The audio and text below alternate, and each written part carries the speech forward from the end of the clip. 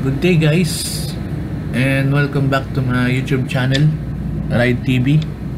And for today's vlog ay nandito tayo sa may TRO, sa Ballast Water Management System panel, at maglinis tayo ng filter ng CLX. So please come and join me guys till the end of this video.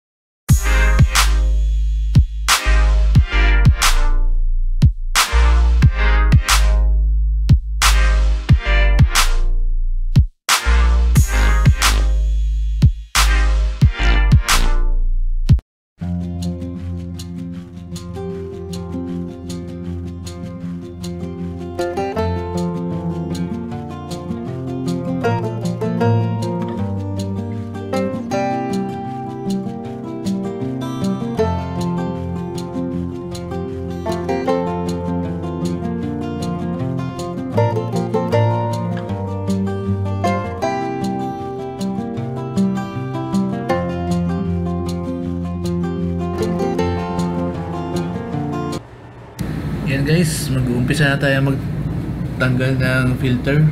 So, i-close natin yung mga intake, mga valvula. So yan ang ating filter na linisan.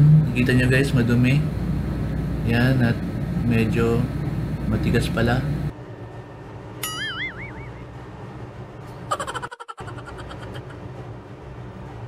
Yan, okay na siya. Ginamitan ng special tools.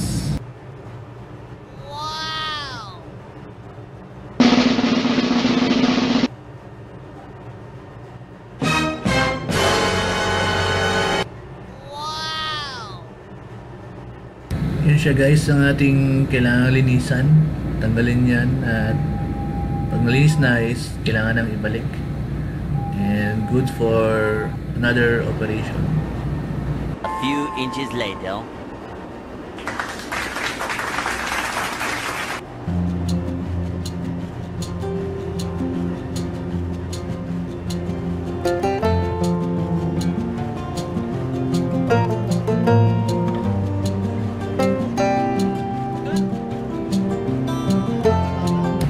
Do watch also my other videos on my YouTube channel guys, Ride TV.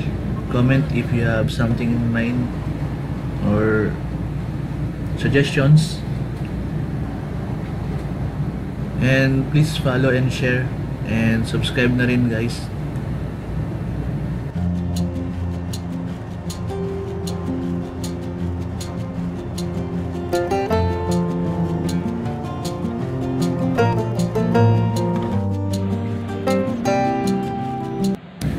Thank you for watching guys. Hope you like this video, and if you like this video, please subscribe, like, and hit the notification bell for more of my videos. And thank you.